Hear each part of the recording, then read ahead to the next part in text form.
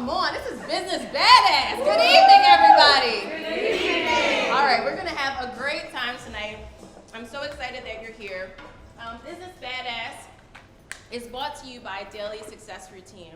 It's a company that I founded, and we make goal-setting planners and notepads and put on seminars that help women to better manage work and life.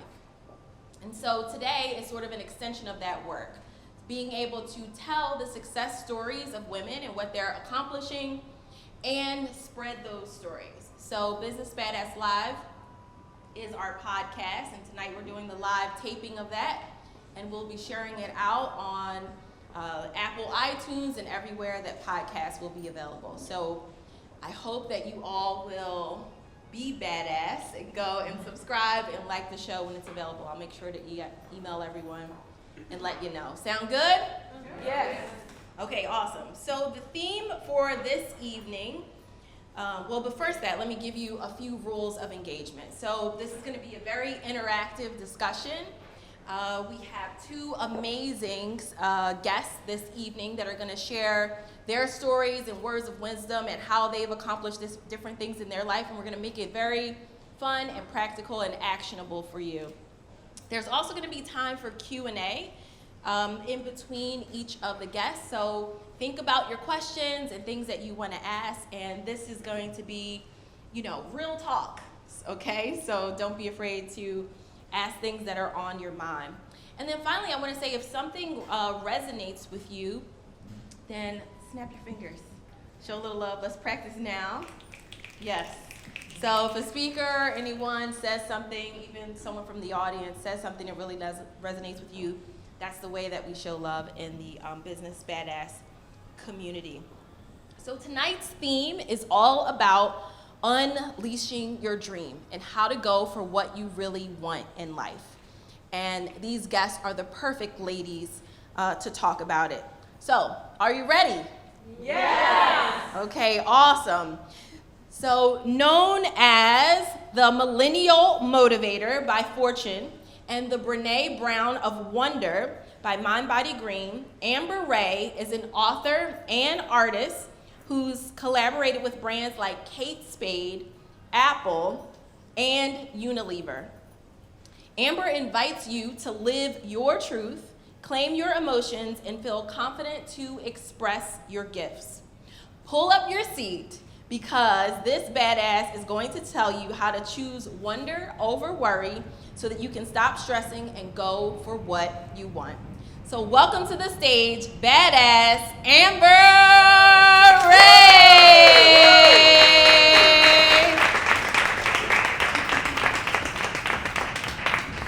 Thank you. Ooh, is the mic on? It is? Okay. Hello, everyone. All right, awesome. Let's get comfy here, Amber. So you have been studying the emotions of the human experience for nearly a decade. And I want to know, what do you think, in all of your research, is holding people from unlocking their potential and their gifts? The thing holding people back from realizing their potential, what I experienced within myself, was the story I was telling myself about myself. And, there's all these ideas, these visions, these dreams that I had, and then there was a story I was telling myself about why I couldn't have them. And I realized it wasn't, it often wasn't the strategy or the tactics or how I can actually execute it. It was whether or not I thought I was good enough to do it, whether or not I thought I was ready enough, whether or not, I think I had the courage and the guts to pull it off. And so in terms of the emotional landscape, is like, what is that story you tell yourself? What are the thoughts and the beliefs that go through your mind when you think about that thing that you really want to go after? And what were some of the common thoughts that you were experiencing yourself? Like, what was the biggest story that was holding you back? I mean, I think I talk about this in the book, the myth of not enough. I'm not good enough, smart enough, thin enough, powerful enough, influential enough. All these enough stories, those I feel like were really plaguing me. I knew, for a long time, I knew that I wanted to be a writer and I wanted to write this book. I could feel it vibrating inside of me, the energy of the book, but I worried my story didn't matter, which I actually had a mentor, when I shared with him my writing, he actually said, no one cares about your story. And Oh, and so, you know, it's both like the belief inside your head and then having that confirmed. So your story doesn't matter. Am I good enough? Am I ready enough? Those were some of the worries going on inside my mind. Yeah, that really resonates for me, and I'll share it quickly. I had the experience of, so several years ago, I was diagnosed with breast cancer. I'm fine now, don't worry guys, don't get But I had a guy, so I was recording a video to kind of tell that story in a way of empowering other people, and he said, cancer is old news. Wow. Yeah, nobody wants to hear about that. Oh. Yeah, and so it actually made me really afraid to tell people that I had that experience for a really long time, because that was always playing in my head, that, oh, cancer is old news. And even many of my friends didn't know when I was going through that. Yeah. So yeah, thank you for sharing that. I really get what that means. But to that point, can I speak to that for a second? Yeah, please. And I had another friend tell me, because I feel like for anyone who wants to tell their story through art, through writing, through whatever expression or form looks like, you know, every story follows the hero or the heroine's journey. And so every story, you know, it follows the same arc, and yet we have our unique experiences. We have the people that we meet along the way, the insights that we have, the aha moments, and those are unique to us, and then that makes the story matter. I actually saw Oprah speak at the UN, and she said that she had interviewed 35,000 people, and it was everyone from Beyonce to someone who murdered their children. And after 35,000 interviews, every single person said to her, was that okay? And she realized that everyone just wanted to feel like they mattered. And she was like, and because of your unique experience, you absolutely matter, and there's nothing that can happen or change outside of you. You were born mattering. And so I feel like that's just such an important, I just want, like, if there's a story you have to tell your damn story. Yeah, that's awesome. So badass note number one, I see some snaps on that. Yeah, tell your damn story. Tweet that one out. So I don't know if a lot of people are familiar with this study, but Harvard Business Review did a study that said 60%, a woman who is 60% qualified for a job will not go for that job. But a gentleman who is at the same level, 60% qualified, will 100% of the time go for that same position. And so I'm curious what you have found is what are some of the reasons why we feel like we're not ready? Why do we always say, well, I need more education first, or I need more experience, or I need more? Why are we never enough, and what's your idea about what we can do to fix that? Yeah, I know I can speak from personal experience. It came from a fear of failure, a fear of letting people down, a fear of not getting the job done right. And if I, say I'm going to do something, I'm going to make something happen, I want to really actually follow through. And so I think, and this is really around the work of worry and wonder. I remember how part of the origin of this is I one day walked into an art gallery in the Lower East Side. And when I walked in, I felt goosebumps line my body when I looked at the mixed media art lining the walls. And a voice inside my head, which I like to think of as wonder, said, it's time to make some art. And then very quickly there was another voice that said, art? Who the hell are you to make art? You didn't go to art school. And that was worry. And so for me, it's always been this like dance between what these characters inside my head have to say about me and what I'm capable of. And as I started on this journey of making art, I decided, okay, I'm going to actually listen to wonder. I'm going to choose wonder. Started making art. Found out that there was this art festival actually happening in Dumbo. I live here. And the applications for it had closed like 3 months prior, but I decided I would email the woman in charge just to see if I could get involved, even though I had never made art before. And so I go to send the email, and again, worries like, you can't send this email, you're gonna offend her. There was an application process, how dare you do this, and you've never made public art before, who the hell do you think you are? And Wonder was like, just send it. Like, she'll maybe say no, screw it, let's see. So I sent the email, and 2 days later, she's like, I found you a 60-foot wall, it sounds like you know what you're doing. And I was like, all right, now I got to figure out how to pull off this art project. And I had 3 weeks to do it, and I had never done it before. I had no idea what I was doing, but it ended up taking off, and there was 200,000 people that came through and got to write the world they wanted to live in and the role that they would play in creating that world. So like, I think the lesson from that was realizing that the moment I think I'm not ready is precisely the moment that I am. Because if I think I'm not ready, Yes, snap up, yes. if I think I'm not ready, that's like fear pointing me towards something that I care about, that feels meaningful, and that I'm afraid of. And I love to think of fear as a compass pointing us toward what we truly care about and what we want to go after. Yeah, awesome. So give us some other things. How do we know if we're choosing wonder or worry? What are some signs? Yeah, so worry, I think of as that inner critic, that voice that's telling you you're not capable, you can't do it, you can't pull it off. So I think the first step is just noticing and identifying when that character, when that voice is chiming in. Like, just take a moment to think about something that you've been wanting to pursue but maybe haven't. Can you all think of a time? Can you think of what that voice may have said? I'd be super curious. Anyone want to yell out what their voice was saying? Mine says, I'm too old. You're too old. Yeah. Anyone else? You don't have enough money. You don't have enough money. Anyone else? You need more experience. Need more experience.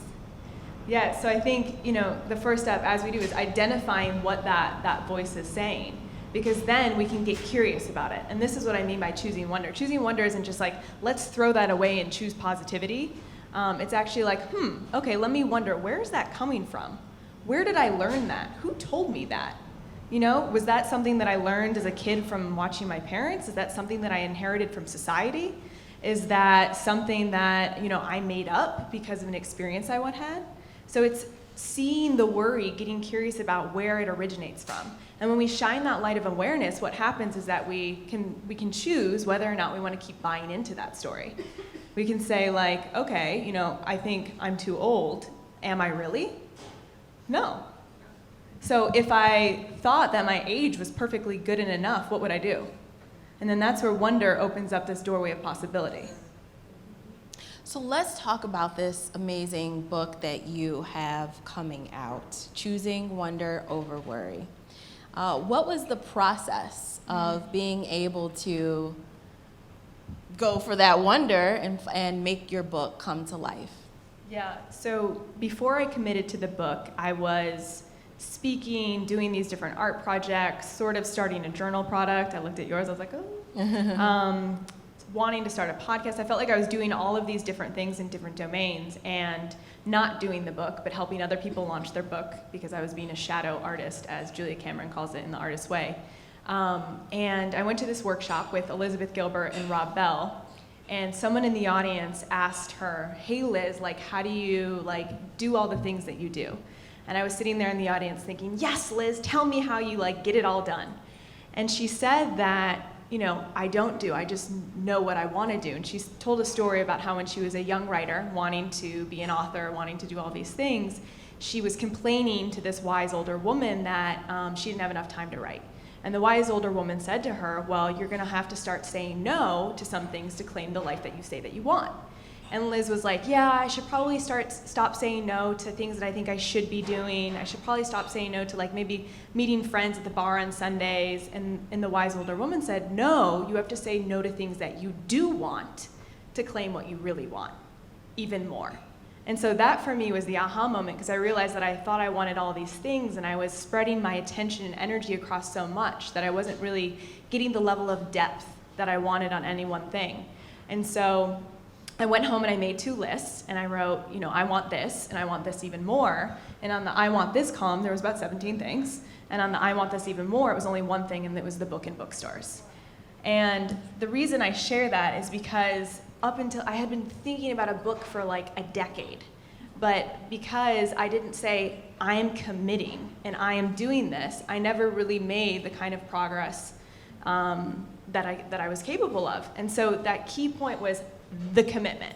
then no matter what, for the next 6 months, I'm gonna pour my heart into doing this proposal. I'm gonna do whatever it takes to try and get in front of agents. I'm like going all in on this thing just to see what happens. So what was your first step? First step was I sat down and I wrote that proposal, the first version of the idea, in 3 weeks. And so that was just like capturing like, what is the idea? What is the market for it? What are the comparable titles? And what is my platform and how can I sell the shit out of this? Because that's really a publisher is looking for, like, is the idea good and can you sell it? And so I took that, met with 7 different agents. One agent told me and suggested that the only male agent I spoke to, not that it's a male-female thing, but I'm just saying, he suggested I went on an egoless journey for 3 or 4 more years before I give any more thought to a book. I was like, first I started crying, and then I was like, fuck him. Yeah. Farhag, my Yeah. fiance's in here. He can attest to this. I'm like, where is he? And then from there, and then it was like 2 days later, I talked to a different agent, and she was like, Amber Rae, I've been so excited to talk to you. This is like, I need this book. And so it was like so interesting to see the path of rejection, how that redirects you toward that right person. So then step 2, found the right agent, signed with the agent.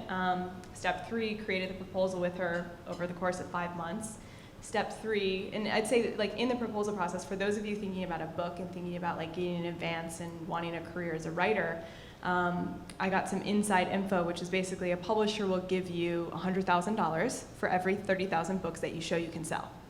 And so the proposal really is a business plan of like, here's the idea, which I think can spread, and here's why, and here's some proof of concept, as well as here is how I'll sell 100,000 books in the first year based on these platforms, this media, yada, yada, yada. So like, I feel like so much of that process we talked So about just give earlier. us one example, yeah. So in terms of saying, here's the audience, right, that I can bring, and being able to solidify that, let's share, you know, what would be 1 or 2 examples that resonates with a publisher on being able to reach the right people? I mean, they're looking at your Instagram following. They're looking at, have you had any media published anywhere? So like, I had spent, you know, I thought I was like wasting time, but actually like the 13 articles I had contributed to Fast Company and the collective reach of those was a bullet point that they really liked. I listed every relationship or person I thought I could access, which was like 3 pages, just for them to be like, okay, so she has a network that she can tap into. It's those sorts of things. Gotcha. Okay, Yeah. that's awesome. So your first bit was getting the proposal done. How are you finding all these agents? I hear a lot of people are saying, you know, where do I go for an agent? So what wisdom can you share there in terms of identifying the right agent for going after that book? I would look at who's written a book similar to yours, or like, so is it an illustrated book? Is it a children's book? Is it a nonfiction book? Is it memoir? Is it a collection of personal narratives? Depending on whatever kind of book I would look for, there's a place called Publishers Marketplace, and it's like $35 a month, and you can log in and get all the information of every agent that exists who's ever done any book, and you can usually see like the level of advance they were able to get. Got it. Go ahead. Okay. Just Sarah and I are just throwing faces at each other. That's Oh, okay. And so, yeah, Publishers Marketplace. So I would look for similar titles to yours and see who agented those, and see if you know anyone who knows that agent, or reach out cold, because they read every email. They really do. They're looking for good pitches so that they can shepherd that idea into the world and get a cut of it. All right, so Publishers Marketplace is the place to go for being able to find that agent. And so tell us, because you have, you know, what many would say is a non-traditional career, right? So let's take it back. What were you thinking when you were a little girl, what you were going to be when you grew up? So I was raised by this is my fiance. Wearing his Wonder hat very appropriately. I was raised by I'd say a pretty badass entrepreneur mom, and so she was teaching me how to like sell things and make money when I was like 5 years old. But my true passion was always in content and writing. So I was like starting online magazines in the AOL chat room days and doing interesting things like that. I felt like that was really my like land of wonder, creativity, online magazine. I wanted to be the editor-in-chief of a magazine when I was older, and then realized when the internet came out, or the start of the internet, that I could actually be the editor-in-chief now. And so I felt like that was the path when I was a kid, but then I got really caught by, and this is I feel like when the worry for me, fitting in, belonging, doing well, succeeding, going to like the good school, performing, perfecting, and that's when I feel like I got really overwhelmed by like, I want everyone to like me and I want to do everything perfectly, and if I don't do that, then I'll fail and everyone will hate me and I won't be loved. And so that was like teenage years into, I'd say, like even my career. I worked with Apple in college and then went into the advertising world, then moved into the tech space, and then from the tech space had like a full-blown, I was like popping Adderall to like get more done, and like it was pretty self-destructive, to be honest. And then had a breakdown and realized, okay, this isn't working. This is not who I am. I've lost myself. This is not my life. I'm living someone else's life. And who am I? Yeah. And so that's when, and that was really when, like, you know, I stepped back into that space of wonder. Who am I? Why am I here? And, you know, how can I express my gifts, and what are my gifts? I had no idea. So how'd you get on the right path? I started asking questions. I started journaling. Journaling, like, I feel like saved me in a way. And I decided to quit my job, sell everything, and move across the country in 48 hours. Okay. And quit tech, no savings, and just took a leap and took a bet. And this was in 2009, 2010 maybe. And what were you hoping to accomplish by moving across the country? I just wanted to find myself. Okay. At that point, I'd started a Tumblr, back when Tumblr was a thing. Started a Tumblr blog where I was just like writing about my feelings. Actually, we met because he started reading my writing. But I think, you know, what happened is when I quit the job and did all of that, I wrote a piece about it. And when I flew from San Francisco to New York and landed in New York, that piece had gone viral. And so that opened up all these doors in New York in 2009 or 2010. And so I'd say, like, how you distill that is, like, I'm not saying quit your job, sell everything you own, and move across the country. That might not be the change for you. But I realized that for me, that's what I needed to do for myself. But that could look like 5 minutes of painting every day, or like, you know, meditating, or whatever that thing is for you, just like carving out a little bit of space every time to do it. I felt like I needed a full reset because of where I was just felt so far from me. But I feel like we can create that container anywhere that we are. Awesome. Yeah, snaps up on that. Create the container anywhere you are. I love that. So when you think about, I love in your book, you say that at the end of the day, one thing that every person has as a central question is, I want blank, and I'm afraid that I'll never get it. Mm-hmm. And so you've accomplished your book that's about to release. There's so many exciting things that are going to come from the book. But what is in your mind now? What's that blank for you right now?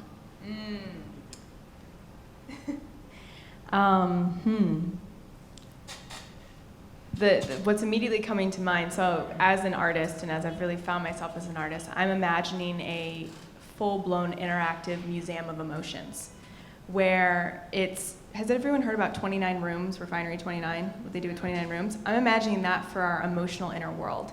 So imagine you walk into one room and you meet anger, and you walk into another room and you meet courage, and you walk into another room and you meet imposter syndrome, and you walk into another room and you meet perfectionism, and you're able to like meet these different aspects and emotions inside yourself. I guess I want to take the inner world and make it an outer experience that we can engage with, interact with, and move through.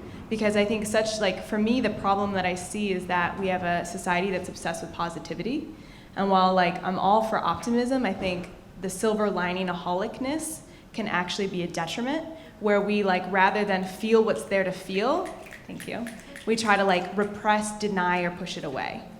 And so it's like, I want to create the container to feel what's there to feel so it can move out of our body. Because that's sickness, is when emotions get stuck inside of us. When we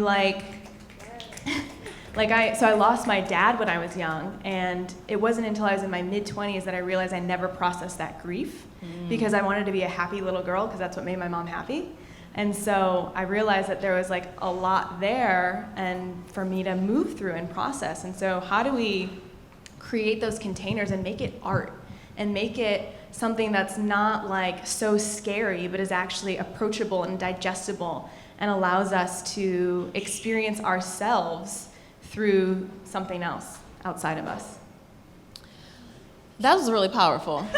Yeah, it was really powerful. It made me think about what you were saying in terms of positivity sometimes being harmful if we're not really expressing our emotions.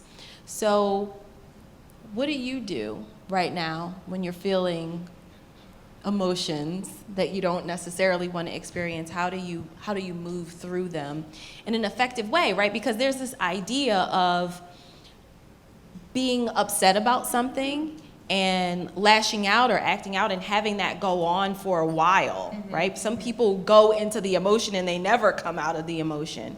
And some people just don't feel it all. Yeah. So what's an effective way to be able to process that emotion so that we're experiencing it but not staying stuck?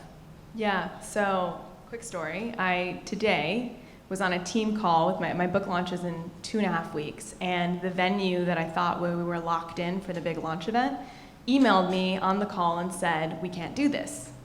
So sorry. Unfortunately, there was now a buyout. We no longer have this venue for you.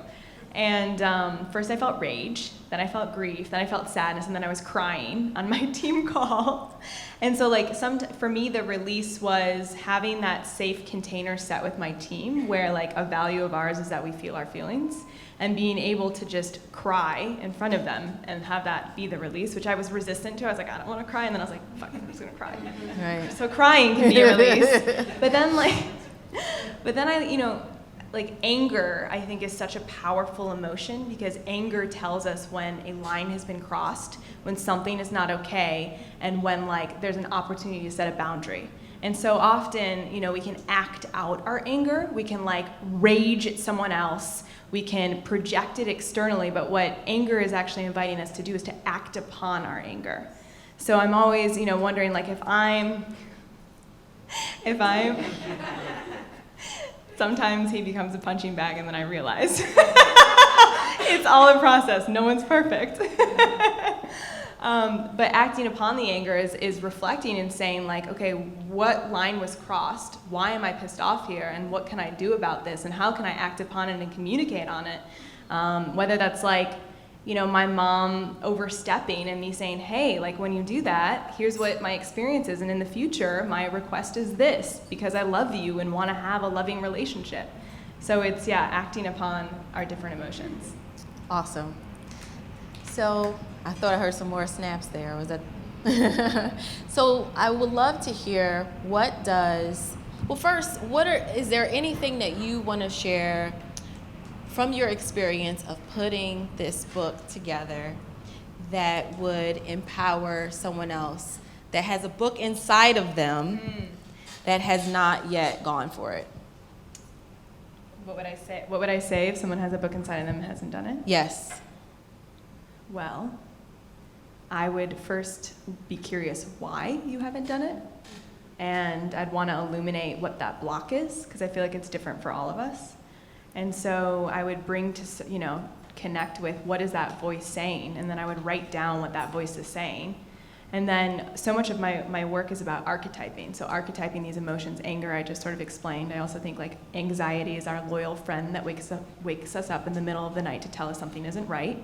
And we have all these different characters. So I would get to know who is that character for you, and what is that character saying, and then create a character around it. So I have Grace. Grace is a 30-something British woman who hails from London, and she's a perfectionist, and she wants everything in a neat and perfect box, and if it's not perfect, then you know, you can't do it and you're gonna fail and everyone's going to hate it. So like, I know that I have this Grace character that shows up when I write and wants me to not finish an essay because it'll never be good enough. So like, who is that character for you? What does that character say? Like, what do they look like? What color is their hair? Do they have glasses? And so I would get very familiar with who that like worry or fear character is for you. And then I would talk to them. So like, let's say when I'm in the middle, when I was writing my book, every essay, Grace would show up and say, everyone's gonna hate this, you can't say that, your story doesn't matter.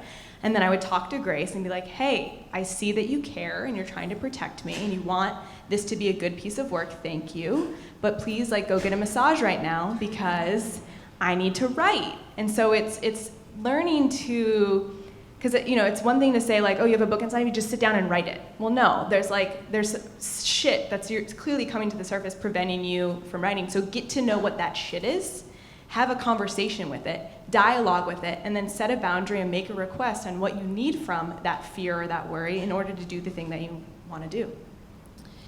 What does it mean to you, Amber, to be a badass? To be a badass is to live in alignment with what's true for me, even if that truth doesn't resonate or align with someone else. All right, let's give it up for Amber Rae. Don't go anywhere just yet. So let's just open up for Q&A and hear from the audience any questions that they have. Yes. Hi, thank you very much for everything that you spoke about today. My name is Crystal. One thing that you said that really resonated with me is the topic of anger and the channeling of it. So for me, and I'm sure for many people here living in New York City, it's just very fast-paced and can be intense every minute of every day. And with that, you deal with anger on a minute-to-minute basis. So for me, I've been reading a book on Gandhi, which has opened my eyes to the channeling of anger. And so my question to you is, how do you channel it, aside from your punching bag that's over here? What do you do? Try not to do that. What do you do to channel your anger or to use it in the best way as fuel for whatever, if you do? Well, what I love about anger is that I feel like it's incredible creative fuel. And so for me as a creative, I'll paint it, I'll draw it, I'll write a poem about it.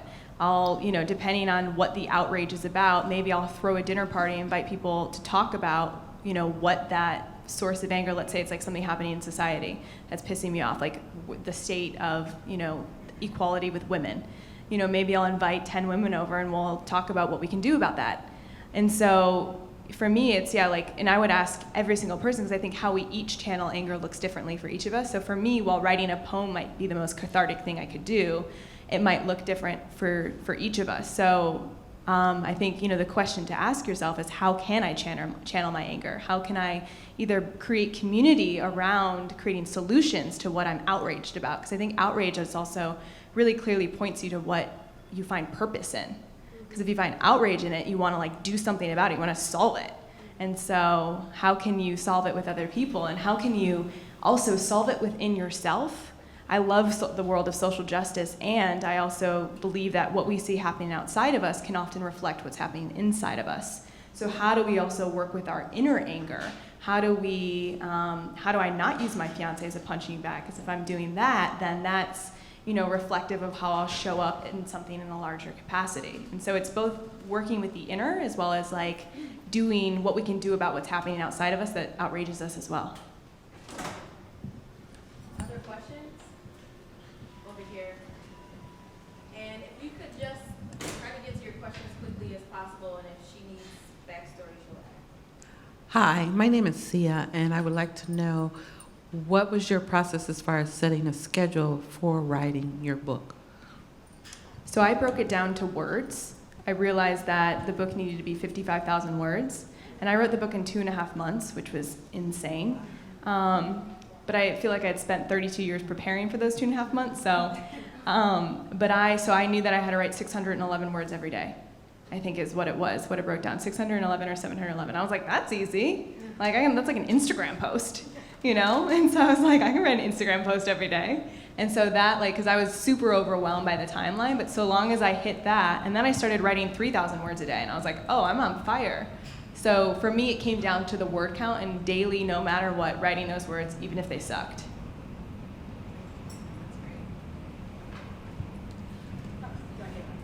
Yeah, sorry, You said that you have,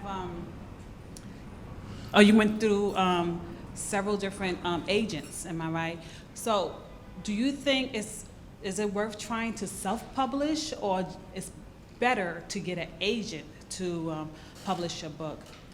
I think it depends on your platform size. So agents are going to look at what is your following on social media, what is your email list size, have you been published in magazines or media before? They're going to look at that sort of landscape of like, what is the set, like how many books can be sold. But if you feel like you have a good platform and a great idea, I'd absolutely say go to the agents. If you're still building your platform, I'd say self-publishing is an amazing avenue to get the idea out there and to like create a proof of concept. I had a friend of mine, he wrote a book called The Quarter Life Breakthrough. And he self-published first, and he sold 10,000 books. And after selling those 10,000 books, he then got a traditional book deal. And so the self-publishing can open a lot of doors. I will say that, like, you know, sometimes people can actually make more money self-publishing, you know, depending, because you get to keep 100% versus the cut of the agent and then what the publisher keeps. So it really depends on your situation. I think, you know, get the idea out there. And it could start, so a different friend of mine who didn't have a very large platform, she wrote a long essay on Medium. And that long essay on Medium went viral and then helped create her platform. So it's like, what is the way for you to take the smallest essence of your idea that you want to spread, and what is the right avenue to do that? That could start with an article inside of a magazine first, that then you use that to build and build and build. Thanks. Hi, do I have to stand? Okay. No, okay, great. My name is Ronnie, and the thing you said about feeling your feelings as an ethos was really interesting to me. So, like, as a woman, as a leader, how do you include the sides of you that are not so, practical isn't the term I want to use, but, you know, like traditional in informing how you run a business or run a team? I don't know if I'm fully understanding the question. Oh, well, so I never heard of anyone using, like, you know, people say, like, we have empathy, but, like, they don't really mean it. But something like feel your feelings is very concrete and very, like, I think connected to, like, being a woman as well, and how to translate that to other people in a way that still lets you be, like, taken seriously. Yeah. I mean, I think I had to let go of being taken seriously first. And, like, you know, I think the way that I approached the business, the team, and everything that I do, as I said, who do I want to be as a human? And who do I want to, like, be around as a human? And then how can I express those values in everything that I do, whether it's creating a piece of art, launching a book, building a team. And so I would, you know, encourage you to get clear on what those values are for you as a human, and to let go of, it sounds like, you know, what other people might think of them.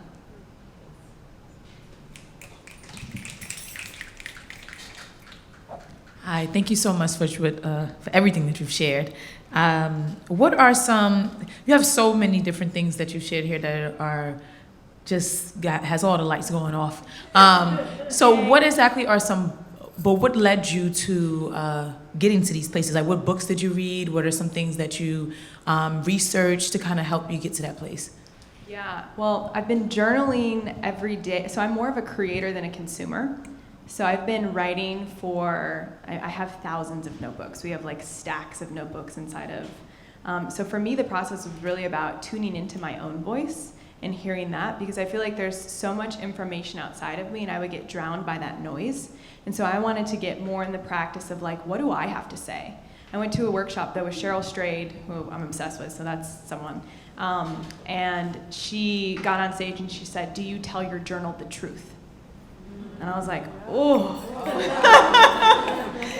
Sometimes, not always, you know? And so for me, the practice is every day showing up the page and naming and speaking that truth that I don't want to share. And that's where it really like started for me in terms of the writing process, figuring out what are the stories that I was aching to tell that I needed to tell for myself. And I think, you know, as a creative for a really long time, I was always focused on how I can help other people do this. And I had a friend who is an artist say to me, you know, well, Picasso painted because he wanted to, I guess he used the phrase one time, heal his own toothache. And so she encouraged me, how can you write to actually heal your own ache versus just trying to heal other people's? And perhaps in the healing of your own ache, that will heal the ache in others. And I was like, woo, can you do that permission? And so I guess in the writing, I'd encourage you to go there first before looking like, what is the research on this and what is that? And at least for me with the book, I approached it that way too. And then I was like, okay, I want to know more about the neuroscience of worry. So let me go like find this neuroscientist and ask him questions and then like conversationally weave it into the book because I'm not trying to write a science book. So those are some of the things that I did. Awesome. Maybe let's get one more.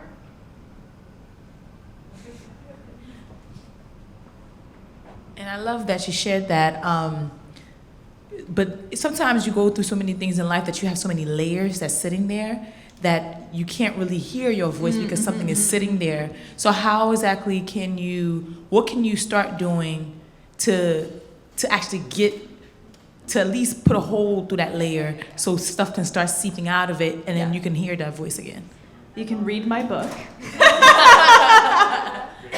And it's literally designed to open you up and to bring forth those sorts of stories. And then the one that was profound and so critical for me was The Artist's Way by Julia Cameron. And it's a 12-week program, and every week it has different reading, different exercises. That's, I feel like, what really uncorked me as a writer. Awesome.